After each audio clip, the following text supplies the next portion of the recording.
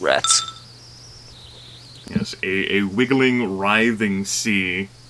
You see, like, what remains of, like, a few, like, human bodies. So, like, off in the distance, they're, like, trying to run away from, like, the rat horde.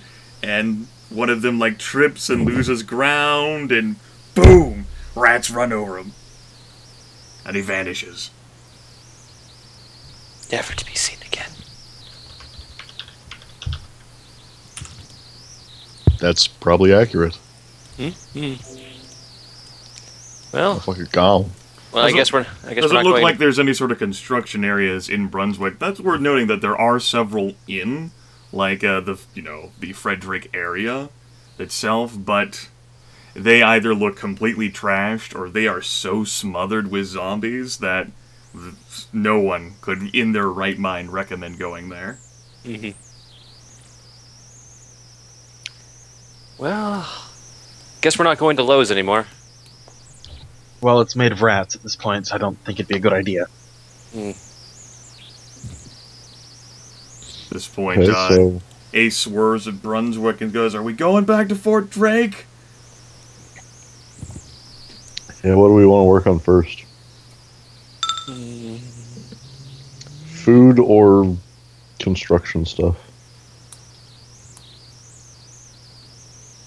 Well, we know where the construction stuff is. That is a known fact. We know where the construction stuff sort of is. Jack calls out, "There's no telling exactly how long it'll take me down there, so the sooner I can get started, the better." And we don't know exactly where we're going to find food. So, I vote construction company. I'm game. Okay. Ace swerves the helicopter around and heads for POR Construction Ltd. Aaron, if you don't mind, go ahead and just throw a D10 for me, please.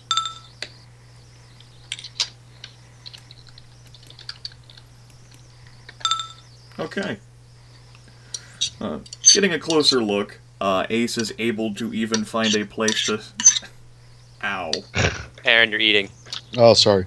Oh, that was some I thought my epic- mic was muted. That was some You epic. weren't. That was some epic squeaking against the plate there. Epic squeaking action. Oh, Ace is actually even able to find a place to land the helicopter next to the construction site. Relatively clear landing where he's able to set the helicopter down, and giving the site a look over. Looks like it's in fairly good condition still. It's not. It definitely does look like it has been touched. There are vehicles missing, where you would predict there was once vehicles. The sort of like motor pool for the construction site that would oversee their trucks has been completely ransacked. That being said, there's still quite a lot of construction material out here at this site, and as such, you don't even have to make scavenging rolls. Your trick, however, is figuring out how to get it. Because this helicopter is not like a cargo helicopter. It has seating for passengers and specializes in stealth. So it can't hold things. Yeah, So you that's mean kind we- of its we- downfall. We can't just shove shit in there? I thought there was room for like 20 people in there. No, not 20. Only like 16.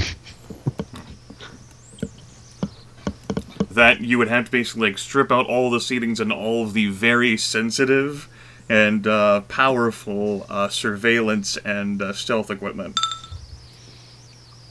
And if you don't care about any of that, which the NPCs do, then you could obviously gut it all and wreck it. So there's very few vehicles here, correct? Nothing. Like anything that's actually here, Trusty Tony himself, with his keen eye for cars, thinks is absolutely beyond saving. It would be, you'd be like at minus 15 to like fucking try to salvage anything from like make a working vehicle here. Not even jury-rigging something? I mean, you've just got absolutely gutted like the skeleton of what used to be a rig. That's missing like wheels, it's missing like an entire engine block. Scavenging here, like I said, you don't have to make rolls for. It's a construction site, and it has, construction materials. It's in a good condition. That's what I had Aaron roll for me. But apparently we can't use the helicopter to take much back. It can't go inside the helicopter. That's correct. Mm-hmm. Then you want to look for things that we could use to just attach to it and have it lift off with it, as long as it has the strength to do that. It definitely has the power to lift things. Then we'd want to get a pallet and some... duct tape. Not duct tape. Straps to secure it on the pallet. What kind of roll would I make you do for that? Duct tape, rope, chains. Roll to find the pallet and appropriate straps, or roll to affix it to the helicopter? I think a suitable crafting roll would come to mind, but I can't think of any craft thing that any of you would have. So I would just say it would be a jury rigging roll using a 1d10 and intelligence, and I would take group successes with this. Basically tallying up every person's successes. I have jury rigger, that means I get to roll twice. That's true. Oh. So, is it a -2 if you don't have jury rigging? No. Jury rigging's not a skill, it's just Jury rigging's not a skill. Alright. I'm just doing a 1d10 plus intelligence here. So I think I got a 16. Plus intelligence? 1d10 plus intelligence. I think that falls into planning.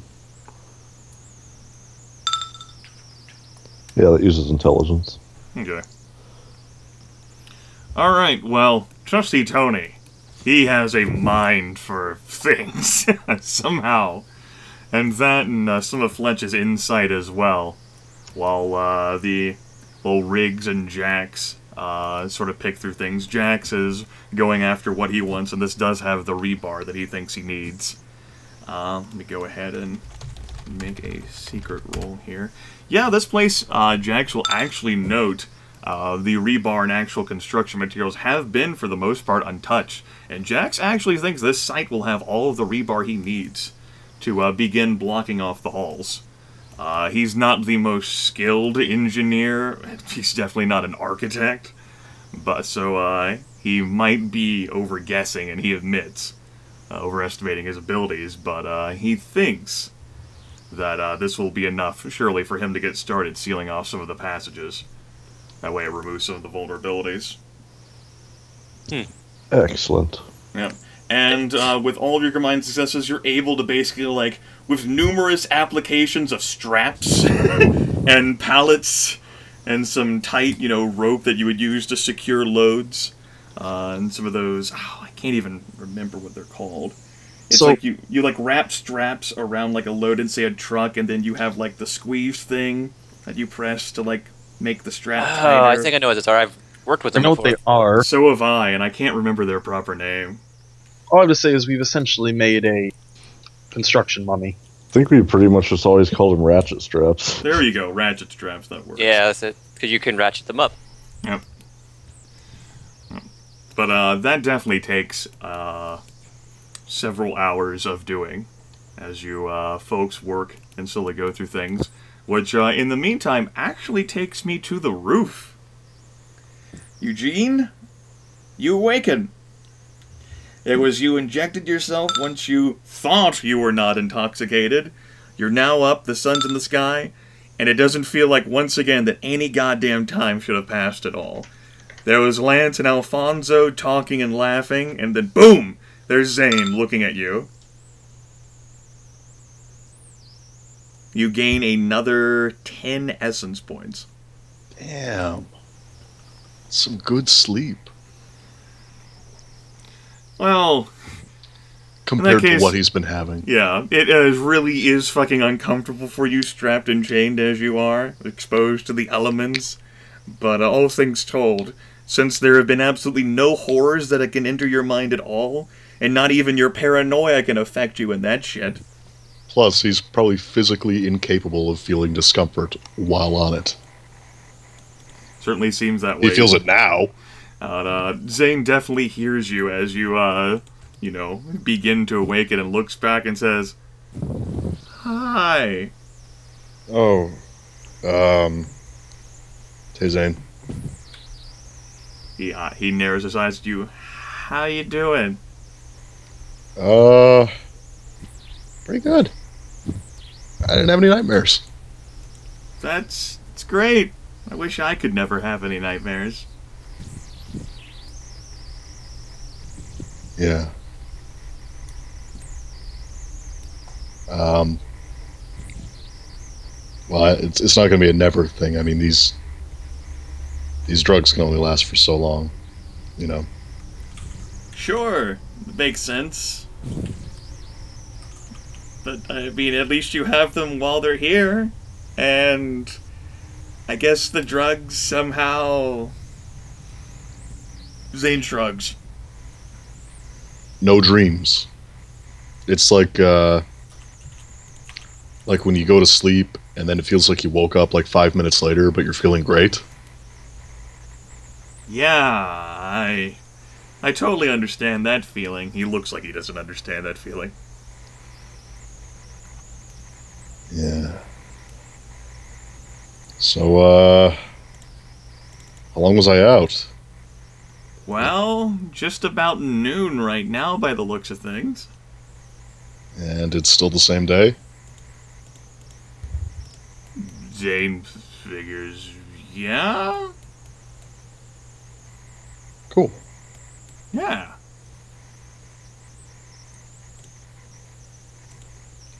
So, what happens now? Are you gonna, like, try to, I don't know, like, tonight, like, go out and try to test this thing without the drugs? Yeah, I mean, maybe. If Tony's up for it. Oh, okay. Because, I told Tony to shoot me if I try and hurt him. Well, yeah, that's a given, right? You'd think. I don't know. No? I feel like Tony might try and just hold me down or something. Okay. It's kind of reckless, you know? That moment, the door to the roof opens, and Missy steps out here. Which is actually cause for a Eugene. Whenever he sees Missy, you involuntarily narrow your eyes. Missy's face looks a little ashen, like she has some concerns. Her eyes are a bit different, like they're widened even in the face of the sunlight as she comes and steps onto the roof. And she looks a bit tired. You okay? Missy looks at Eugene and says, "What? Oh yeah, I'm fine." You look like you're a million miles away. Did you sleep last night? She scratches her head and says, "No, I didn't. I was in the medical tower all night." Why? I was... And then Zane says, "I heard at the morning meeting that that she was working on stuff for you." Really? Missy kind of shrugs. Eugene gets a little, like, weird feeling here. Like, he's not exactly sure what to explain it, but it's almost as if Missy's holding something back. Missy, what's the matter? Missy says, "Nothing." That seems like a lie.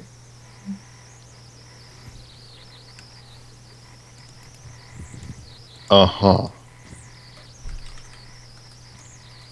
Missy shakes her head. "Anyway, it's good that you're up. Did you have any problems when you slept?"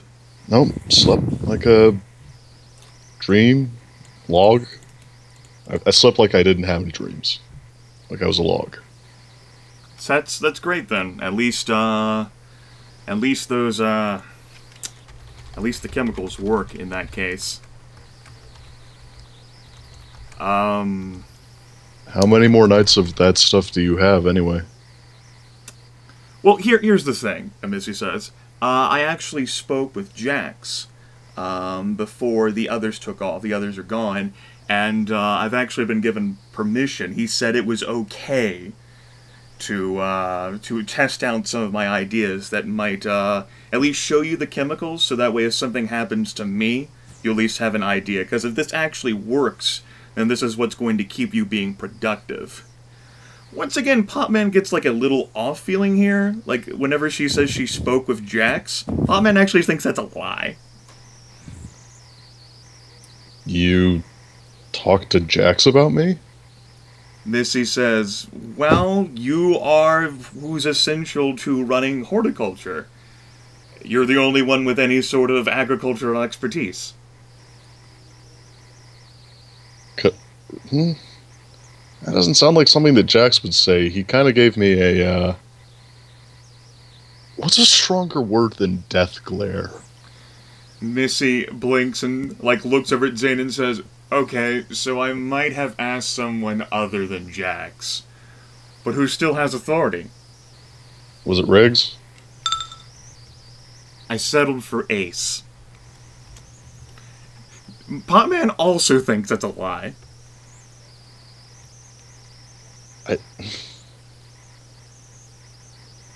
Really? Because I would have gone for Riggs. He's one of those, oh, you know, the softy parent that says yes just to get you out of their hair? Missy says, well, I thought it would have sounded better if I had asked someone other than Riggs. She looks a bit to the side again. Uh-huh. What matters, though, is that the fact that you're feeling better, and the fact that we can continue to test out these ideas.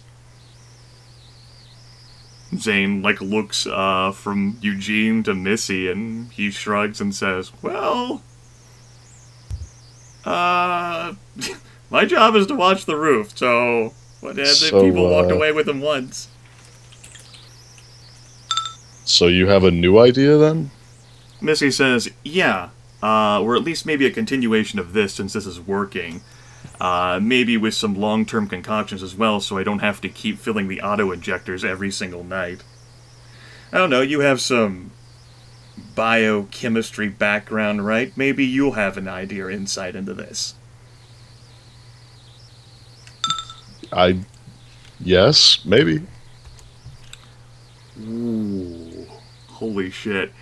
Eugene notes that she seems nervous when she's suggesting this idea. Seriously, Missy, what's the matter?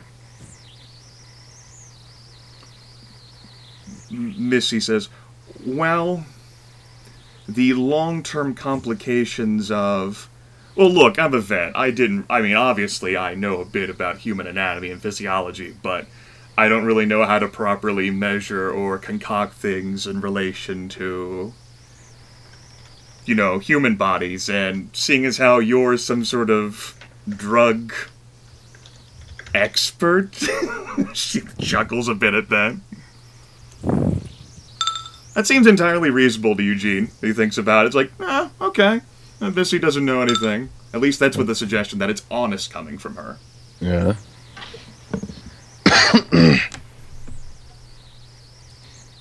Okay.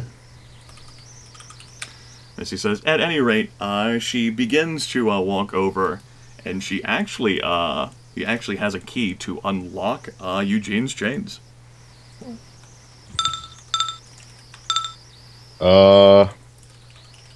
Eugene is freed. Eugene stands up and rubs his wrists and says, yeah, you know, I don't... So you want me to go down to the lab with you? Yeah. And Zane says, shouldn't you have, like, a gun or something? Like, what if he, like, tries to run or hurt you? Yeah, like he did? There should definitely be someone watching me. And Missy says, well, for starters, you appear to be more in control of your faculties than ever, Eugene. You're getting better. Yeah, that's cool and all, but I'm a lot bigger than you. And, whoa. He is, isn't he? He's taller, stronger. He does appear to be that way, yes. He's a pretty big, strong guy. Missy says, well, if size surely handled everything, then that would be one thing, but I'm more than capable of defending myself. She gives up like an offended, like affronted attitude. This is 99. You can't be talking that misogynistic crap. Technically, he's sizist. Right. And Zane says, well, I mean, I can give you my sidearm just in case, even if you aren't really accurate with it. If you have it pointed at his back, that'll be fine. I guess? Missy sort of grumples and says, well, if that'll actually get you to walk downstairs with me to make you feel better, Eugene. See, here's the thing. I feel like you didn't actually ask Ace, and that Jax might literally rip my head off if he sees me down there. Missy then counters with, yeah, but the others who took you off the roof and took you off of Fort Drake didn't ask anyone. Right, I'm more concerned about the head being... He gave me a death glare. There's gotta be a harder word than death glare. Missy, noticeably to Eugene, looks annoyed now. She furrows her brows and says, well, okay, if you don't want to be helped out of this condition, then by all means, I'm sure Jax will be entirely and eminently understandable and reasonable with you attempting to better your life, and maybe actually grow food so that we don't die.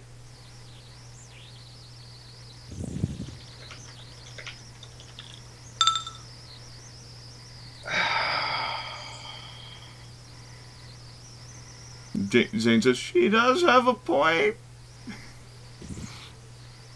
Like, tilts his head a bit to the side. I don't want to die due to starvation. Yeah, I definitely see her point. I'm just really afraid that Jax won't. Zane says, well, he's gonna be gone for a while. I tell you what, like, if the helicopter comes back, then I'll radio you while you're in the medical tower. I'll radio Missy, and that way you can come back here to the roof. Okay, make sure you do it on a different radio channel, though, because otherwise Jax will hear. Zane says, oh, right. And Missy and Zane talk about using a different radio channel then.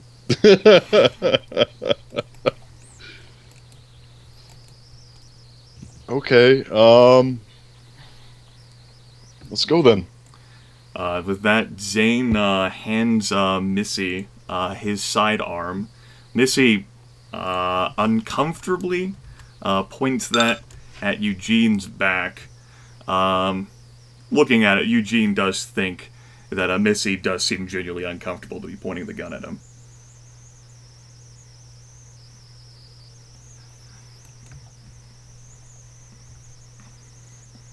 And if there's no further objection, she'll begin walking you down the stairs, slowly heading towards the medical tower. Yep. And Potman will actually tell her, and remember, if I try and attack you, just squeeze the trigger. Down I'll go.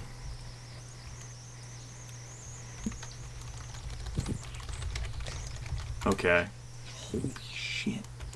Holy fucking shit. Okay, let me tally up how many successes that was. I broke my facade there because this was. I heard. I think we all heard. Oh, yeah. Like, I kind of meant to keep my facade there. Okay. Okay. As soon as Eugene says that, I was about to flip over towards the others, and the door closes and you begin getting on the staircase. Eugene senses something immediately and totally and insanely fucking wrong with this situation. Like, death is just a few minutes away from him, and he doesn't know where it's coming from. It'll be fine. Shit. Stop And then he clowning looks around. back, and it's almost as if, with mind-boggling success there, that it's going to somehow involve Missy. Shit.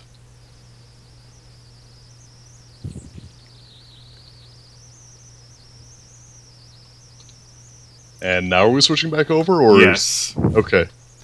All right. The process, as noted, has taken several hours, but eventually, with sort of the ideology of Trusty Tony there, and his grand planning and strategy, his grosse plan,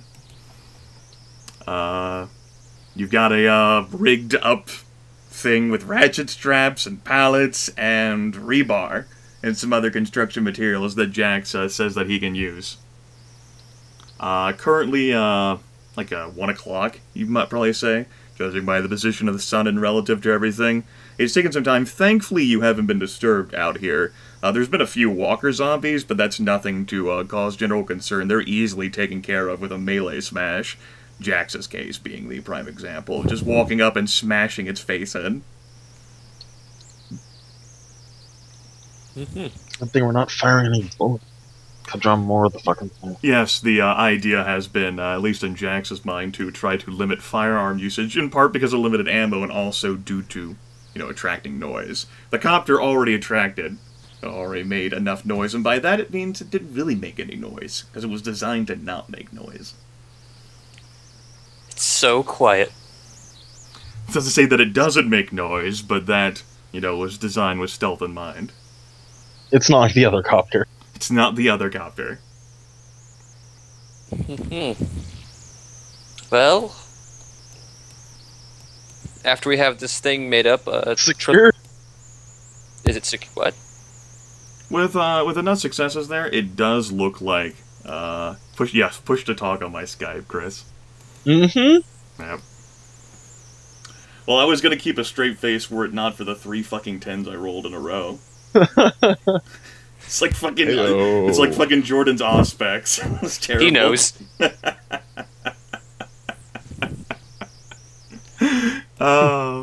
With that in mind, yeah, it does look like it'll be secure enough. Ace gives it an affirmation that he can probably fly this back to Fort Drake just fine. Okay. Let's mount up. Okay. If we have everything we need here, let's go. Okay. I'll bundle up into the helicopter. Ace takes off. Well, he was our... Yeah, good thing. Trip goes smoothly. No problems. The load does not fall off. Looks rather securely attached. The stealth helicopter's got a hold on it. And you make it back to Fort Drake without any problems. Where it's landed, and then the suggestion is made to the PCs, or at least to Trusty Tony, to, since it has been so long, you can go check on the dream, as it were. Alright. Trusty Tony's going to pick 2 people at random, and those 2 people are going to be Fletch and Grace to come with him. It's random. Got it. Pure Yeah. randomness. Only the randomness that is the random number generator in Tony's head. Always lands what he wants. Yep. Jax asks Ace to help him unload the cargo, and Riggs mutters about important science business he has to go do. That's exactly his phrase, important science business. That's something we'd expect him to say. Yeah. Go ahead and put you guys over as you begin driving old semi here. Ye olde less trusty troller. Let's see here. Let me go ahead and scatter the NPCs as is appropriate for the situation.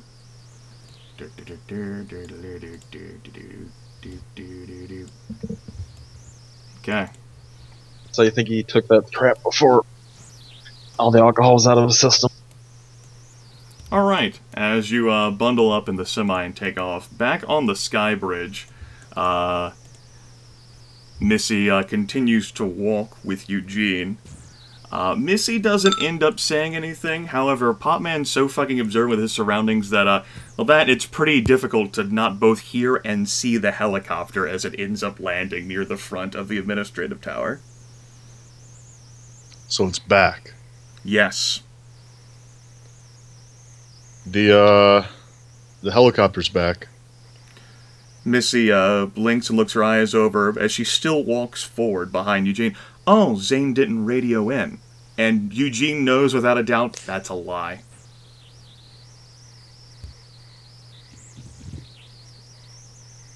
Well, we better head back up. Bessie says, "No, this is important to ensure your continued stability." Eugene also hears that as a lie. Yeah, probably, but, Jax will kill me. Is Eugene continuing to walk forward as Missy basically like is pushing the gun into the middle of his back now? It's gonna slow down a little. Okay.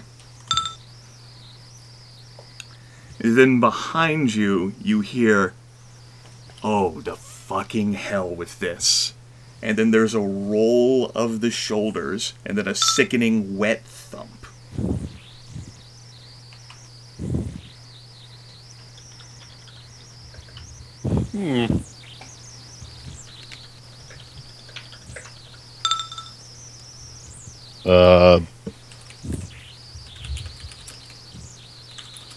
Okay.